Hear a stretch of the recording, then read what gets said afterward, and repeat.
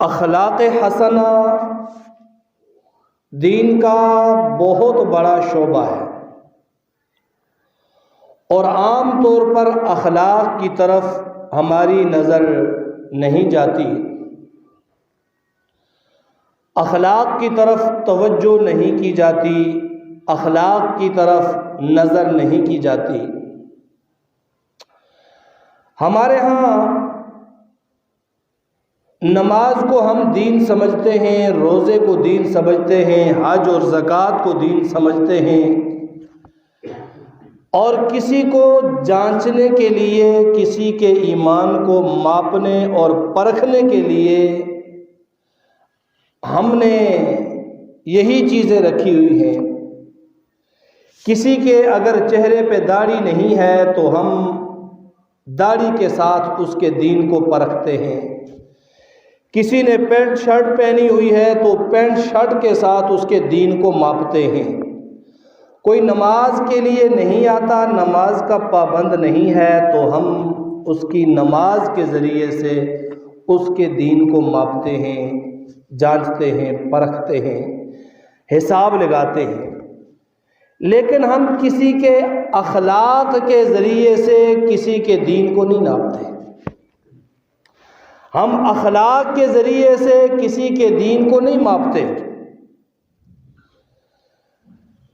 گویا اخلاق کو ہم دین سمجھتے نہیں، اس کی طرف توجہ کرتے ہی نہیں۔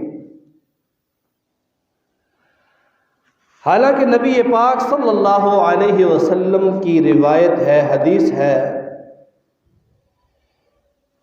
کہ قائم اللیل صائم النہار شخص، وہ شخص جو پوری رات عبادت کرتا رہتا ہے، پوری رات نوافل پڑھتا رہتا ہے، تہجد پڑھتا ہے، پوری رات ذکر و اذکار کرتا ہے، صائم النہار پورا دن روزہ رکھتا ہے، کبھی روزہ چھوڑتا نہیں ہے، رات کو پوری وہ نوافل پڑھتا ہے، تہجد پڑھتا ہے، کبھی تہجد نہیں چھوڑتا ہے، تو قائم اللیل صائم النہار شخص زندگی بھر راتوں کے نوافل، راتوں کی عبادات، راتوں کی تلاوت قرآن اور دن کے روزے کے ساتھ جتنا مرتبہ اللہ کے ہاں حاصل کرتا ہے، ایک شخص اپنے اچھے اخلاق کے ذریعے سے اس مرتبے پر فائز ہو جاتا ہے۔ یہ میرے نبی کا فرمان ہے۔ اچھے اخلاق کی وجہ سے یہ تہجد گزار کے مرتبے تک پہنچ جاتا ہے، روزہ دار کے مرتبے تک پہنچ جاتا ہے، نوافل ذکر و اذکار کے ذریعے ملنے والے مرتبے تک وہ حسن اخلاق سے پہنچ جاتا ہے۔ اور ہم اس کو بسا اوقات دین ہی نہیں سمجھتے ہیں، ہم اخلاق کے ذریعے سے کسی کے دین کو جج بھی نہیں کرتے۔ تہجد قضا ہو جائیں، کوئی آدمی تہجد کا پابند ہے، تہجد اگر اس کے چھوٹ جائیں تو وہ پریشان ہو جاتا ہے، اور یہ بڑی اچھی عادت ہے۔ کوئی آدمی نوافل کا پابند ہے، کسی وقت نوافل چھوٹ جائیں تو پریشان ہو جاتا ہے۔ فرض نماز کا پابند بندہ اگر کہیں دائیں بائیں کام میں مصروف ہے، نماز کا وقت اگر نکل جاتا ہے تو وہ پریشان ہو جاتا ہے، کیوں؟ دین میں کمی ہو گئی، تہجد میرے چھوٹ گئے، دین میں کمی آ گئی، نوافل چھوٹ گئے، دین میں کمی آ گئی، نماز میں دیر ہو گئی، دین میں کمی آ گئی۔ لیکن کوئی آدمی کسی کے ساتھ کتنی بد اخلاقی سے پیش آئے، بدتمیزی سے پیش آئے، گالم گلوچ سے پیش آئے اور بری طرح پیش آئے، تو اس کو کوئی بھی نہیں سمجھتا کہ میرے دین میں کمی آ گئی۔ وہ چاہے کسی کو گالی دے، چاہے کسی کے سامنے غلط بات کہہ دے، کسی کو جھڑک دے، کسی کو برا بھلا کہہ دے، کسی کی عزت نفس کو مجروح کر دے، تو کوئی نہیں سمجھتا کہ میرے دین میں یہ کمی آ گئی۔ اور یہی اخلاق باختگی کی علامت ہے کہ ہم نے اس کو دین سے الگ کر دیا۔ تو اخلاق ہمارے بگڑ گئے، معاشرہ ہمارا بگڑ گیا، باہمی تعلقات ہمارے متاثر ہوئے۔ حدیث میں نے آپ کے سامنے پڑھی، میرے نبی نے فرمایا بعثت لأتمم مکارم الاخلاق، میری بعثت کا مقصد لأتمم مکارم الاخلاق، اعلیٰ اخلاق کو، اعلیٰ صفات کو مکمل کرنا ہے۔ اخلاق سکھانے کے لیے میرے نبی آئے، اور میرے نبی نے فرمایا صرف اخلاق بتائے نہیں ہیں، اخلاق بتائے نہیں بلکہ اخلاق دکھائے ہیں۔ کسی کو بتا دینا ہم روز بتاتے ہیں، درس قرآن میں بھی، درس حدیث میں بھی، جمعے کے اجتماع میں بھی، ویسے بھی 5-7 آدمی جہاں اکٹھے ہوں تو ہم میں سے ہر آدمی اچھی اچھی باتیں، دین کی باتیں بتاتا ہے۔ صرف بتانا دین نہیں ہوتا، بلکہ بتائے ہوئے کو اپنے نفس پر دکھلانا دین ہے۔ نبی کریم صلی اللہ علیہ وسلم کی ایک حدیث ہے کہ خیارکم لأہلکم، تم میں سے اچھا، بہترین آدمی وہ ہے جو اپنے گھر والوں کے ساتھ اچھا ہو۔ اور میرے نبی نے فرمایا کہ یہ میں صرف بتاتا نہیں ہوں، وَأَنَا خَيْرٌ لِأَهْلِي، میں اپنے گھر والوں کے لیے اچھا ہوں، میں اپنے گھر والوں کے لیے اچھا ہوں، بھلائی کا سلوک کرتا ہوں، اس لیے خیارکم لأہلکم، تم میں سے بھی بہتر وہ ہے جو اپنے گھر والوں کے ساتھ اچھا ہو، اپنی بیوی کے ساتھ اچھا ہو، اپنی اولاد کے ساتھ اچھا ہو، اپنے اہل و عیال، اپنے کنبے، اپنے خاندان اور اپنے قبیلے کے ساتھ اچھا ہو۔ میرے نبی نے صرف بتائے نہیں، دکھلائے ہیں۔ حضرت انس رضی اللہ تعالی عنہ صحابی رسول ہیں، حضور صلی اللہ علیہ وسلم نے جب مکہ سے مدینہ ہجرت فرمائی تو یہ بچے تھے، 8 سال کے ہوں گے، 10 سال کے ہوں گے، بس اتنے ہی تھے، اور حضور صلی اللہ علیہ وسلم کی خدمت میں چلے گئے۔ حضور کے خادم تھے، بڑا عرصہ خادم رہے حضور کے۔ یہ جتنی بھی احادیث، کھانا کھانے کے آداب، سونے کے آداب ہیں، تو ان میں اکثر روایات حضرت انس رضی اللہ تعالیٰ عنہ سے مروی ہیں، کیونکہ وہ حضور کے خادم تھے۔ جب آپ کھانا تناول فرماتے حضرت انس ساتھ ہوتے، جب آپ سوتے حضرت انس وہاں موجود ہوتے، جب آپ گھر میں داخل ہوتے، گھر سے باہر نکلتے، لوگوں سے ملتے تو حضرت انس وہاں موجود ہوتے۔ تو حضرت انس رضی اللہ تعالیٰ عنہ فرماتے ہیں کہ میں جتنا عرصہ حضور صلی اللہ علیہ وسلم کی خدمت میں رہا، آپ نے مجھے کوئی کام کہا، میں نے نہیں کیا، کبھی آپ نے مجھے یوں نہیں کہا کہ کیوں نہیں کیا، یا میں نے جو کر دیا آپ کی اجازت کے بغیر، تو کبھی آپ نے یہ نہیں فرمایا کہ کیوں کیا۔ حضرت انس رضی اللہ تعالیٰ عنہ کا یہ بیان ہے، فرمایا کہ کبھی ایسا نہیں ہوا ہے۔ اور ازواج مطہرات رضی اللہ عنہم اجمعین کے ساتھ حضور صلی اللہ علیہ وسلم کا جو تعلق تھا، جو حسن سلوک تھا، احادیث کی کتابیں اس سے بھری پڑی ہیں۔ انشاءاللہ آگے چل کر اس موضوع میں یہ بھی بیان آپ کے سامنے تفصیل کے ساتھ ہوگا۔ سردست اخلاق کی اہمیت کو آپ کے سامنے بیان کر رہا ہوں۔ اور قرآن میں اللہ کیا کہتا ہے؟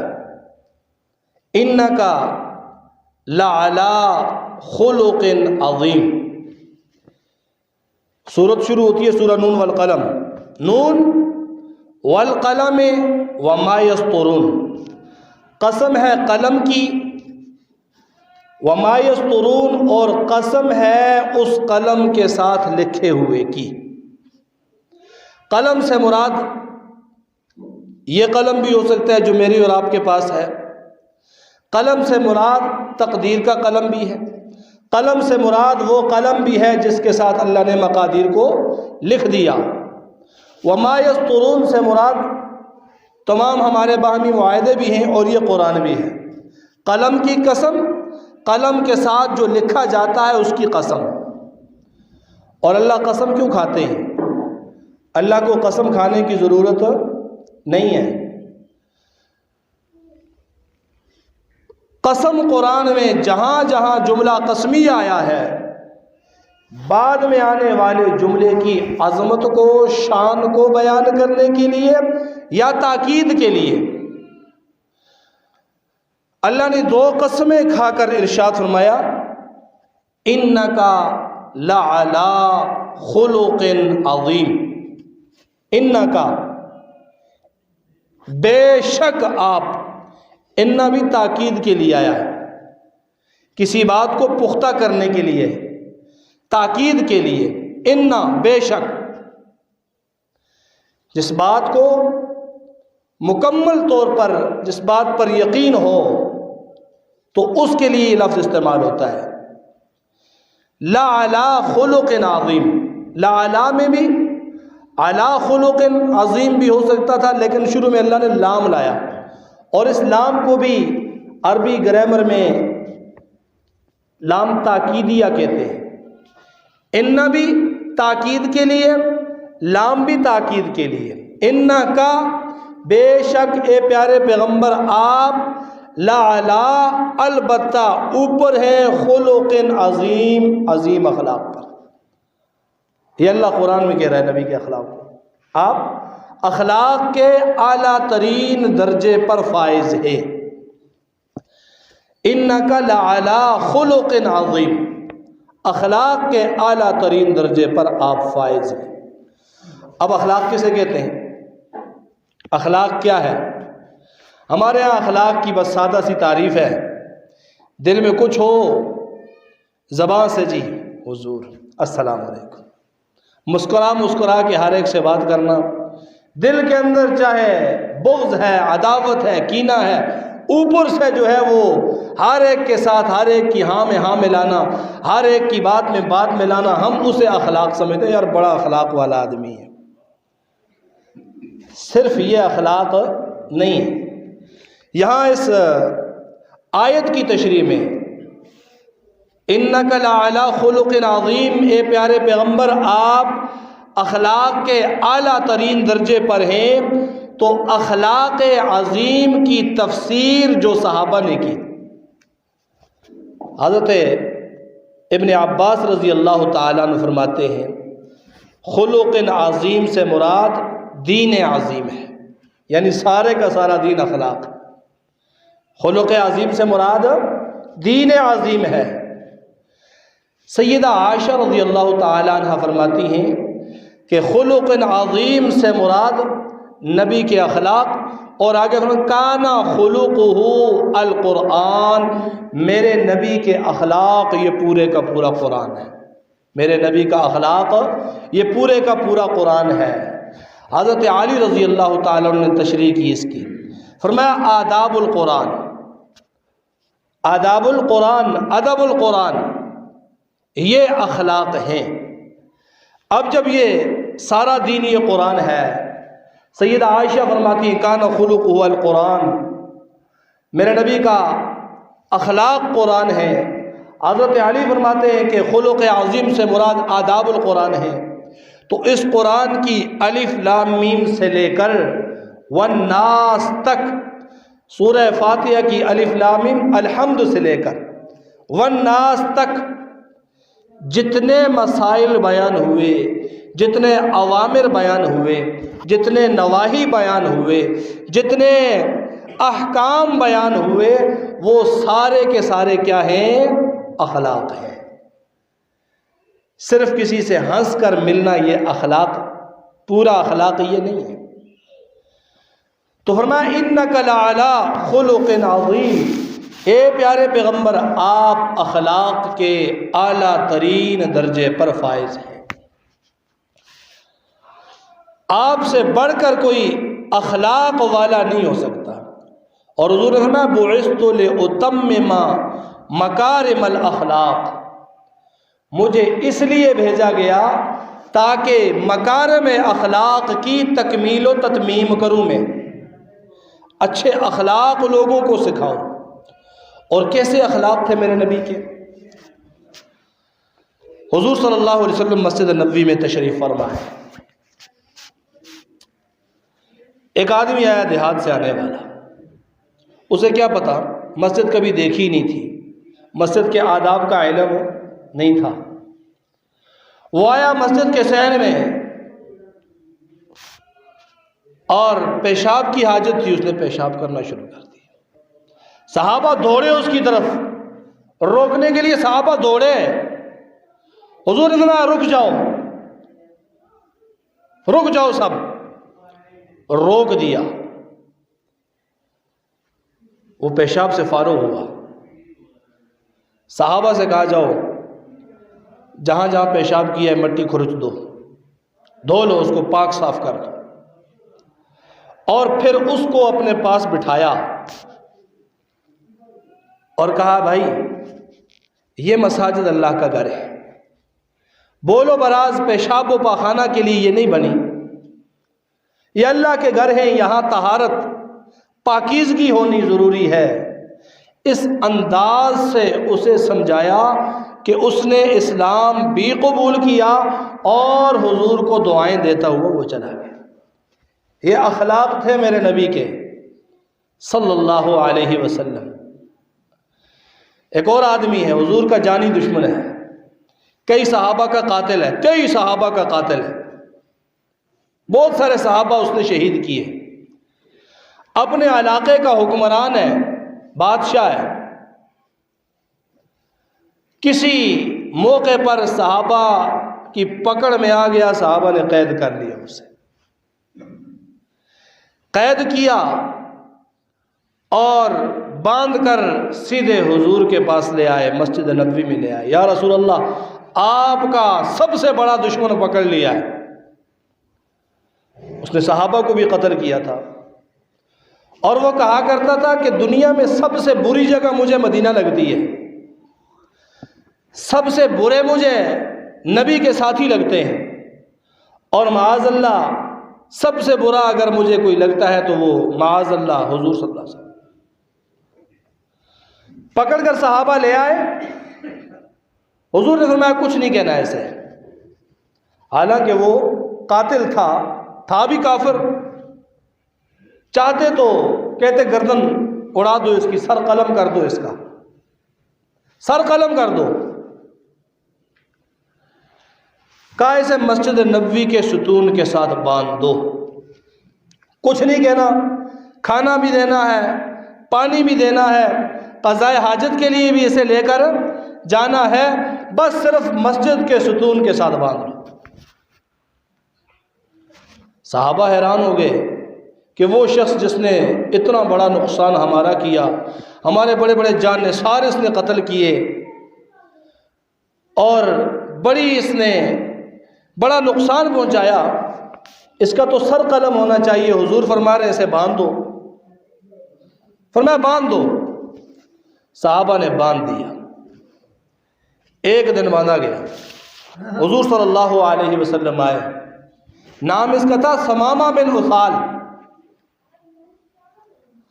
کہا ثمامہ کیا حال ہے؟ تو کہنے لگا ان تقتل زادنی، اگر مجھے قتل کرنا چاہتے ہو قتل کر دو، میں نے تمہارے قتل کیے ہیں. یا یہ کہتا کہ قتل کرنا چاہتے ہو قتل کر لو، میرے پیچھے آ لو، عیال ہیں، بدلہ لے لیں گے. وَإِن تَنْعَمْ لِشَاكِرٍ، اگر احسان کر کے چھوڑ دو گے تو احسان کا بدلہ چکا دوں گا. ایک دن ہے، حضور نے فرمایا بندہ رہنے دو. حضور چلے گئے.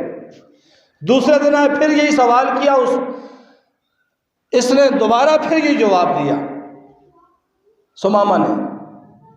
تیسرے دن آئے، پھر سوال کیا، پھر یہی جواب دیا. چوتھے دن آئے، حضور نے فرمایا اسے کھول دو، آزاد کر دو، اسے چھوڑ دو. صحابہ حیران و پریشان ہو گئے، اتنا بڑا کافروں کا سردار، صحابہ کا قاتل، اسلام کا دشمن، نبی کا گستاخ مشکل سے ہم نے پکڑا ہے، اور حضور فرما رہے ہیں چھوڑ دیا۔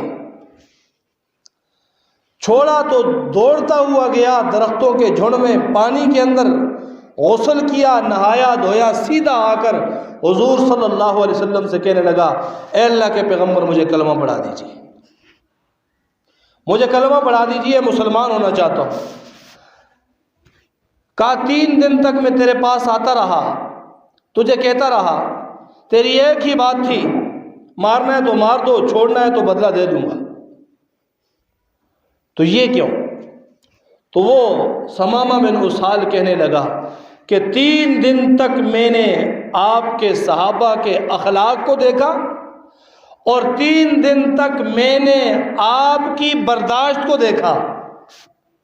بھلا جانی دشمن ہو، بندہ ہوا ہو، اپنے گھر بھی ہو، اور پھر آگے سے وہ اکڑتا رہے، ایک دن بھی، دوسرے دن بھی، تیسرے دن بھی، آپ قادر بھی ہیں اس پر، آپ کی قید میں ہے، تو اسے کوئی معاف کرتا ہے؟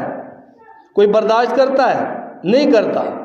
کہا آپ کی برداشت، آپ کے صحابہ کے اخلاق کو دیکھ کر میں اتنا متاثر ہوں، اب مجھے کلمہ پڑھا دو۔ حضور نے کلمہ پڑھا دیا ثمامہ بن اسال کو، اور اس کے بعد یہ واپس چلے گئے۔ یہ تھا یمن کا، صحابی رسول بن گئے، یمن چلے گئے۔ یمن جب پہنچے تو یمن میں پہنچ کر مکہ والوں کا غلہ وہاں یمن سے آتا تھا۔ مکہ والوں نے حضور کو، صحابہ کو نکال دیا تھا نا، ہجرت کر کے مدینہ چلے گئے تھے۔ مکہ والوں کا سارا کھانا پینا وہاں یمن سے آتا تھا۔ حضرت ثمامہ بن اسال نے وہاں جا کر پابندی لگا دی، مکہ والوں کو ایک دانہ گندم کا نہیں جانا چاہیے، غلہ نہیں جانا چاہیے، ان کا کھانا پینا بند کر دیا۔ وہ سردار تھا یمن کا، اور مکہ میں قحط پیدا ہو گیا، وہی راستہ تھا، اسی راستے سے آتا تھا۔ اتنا قحط پیدا ہو گیا کہ لوگ وہ مردار کھانے پر مجبور ہو گئے۔ تو کچھ لوگ اکٹھے ہوئے، ابو سفیان اس وقت تک اسلام نہیں لائے تھے، ان کے پاس گئے، کہا ابو سفیان ایک ہی حل ہے بھوک سے بچنے کا، تم جاؤ مدینے، حضور صلی اللہ علیہ وسلم سے یہ کہہ دو کہ ہم بے شک آپ کے دین پر نہیں ہیں، لیکن کچھ آپ کی قوم کے تو ہیں، رشتہ دار تو ہیں، ہم بھوکوں سے مر رہے ہیں، ادھر یمن والوں سے کہہ دو وہ ہمارا غلہ جاری کر دیں۔ ابو سفیان گیا حضور صلی اللہ علیہ وسلم کے سامنے عرض کیا، حضور نے پھر لکھ کر بھیجا ثمامہ کو کہ ثمامہ ان کا غلہ آزاد کر دو، چھوڑ دو۔ تو حضرت ثمامہ رضی اللہ تعالیٰ عنہ ایک پکے کافر اور سخت کافر، صحابہ کے قاتل، حضور کے گستاخ گرفتار ہوئے۔ حضور نے حسن اخلاق کا ان کے ساتھ برتاؤ کیا، اچھے اخلاق کا برتاؤ کیا، تو وہ مسلمان ہو گئے، اسلام کے اندر آ گئے۔ یہاں ہم ذرا دیکھیں نا، یہ حضور کی جو سیرت ہے یہ اپنانے کے لیے ہے، صرف بتانے یا بیان کرنے کے لیے نہیں ہے، کہ اس کافر کے ساتھ حسن اخلاق کا مظاہرہ میرے نبی نے کیا۔ اور ہم کیا کرتے ہیں؟ ہم اپنا سگا بھائی ہے، سگی بہن ہے، بانجا ہے، چچا ہے، حتیٰ کہ اپنا بیٹا ہے یا بیٹی ہے، وہ بھی کوئی خلاف مزاج بات کر دے تو کیا کہتے ہیں؟ ہم نے معاف نہیں کرنا، بات بند، آنا جانا بند، قطع کلامی۔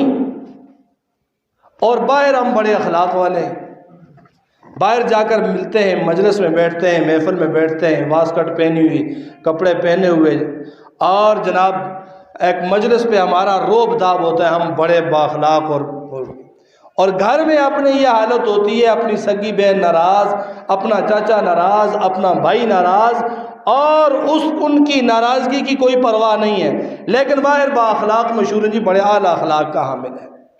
یہ اخلاق نہیں ہوتے ہیں، انشاءاللہ وقت اب پورا ہو گیا، آئندہ جمعہ پر اسی موضوع پر بات ہوگی۔ وآخر دعوانا ان الحمدللہ رب العالمین۔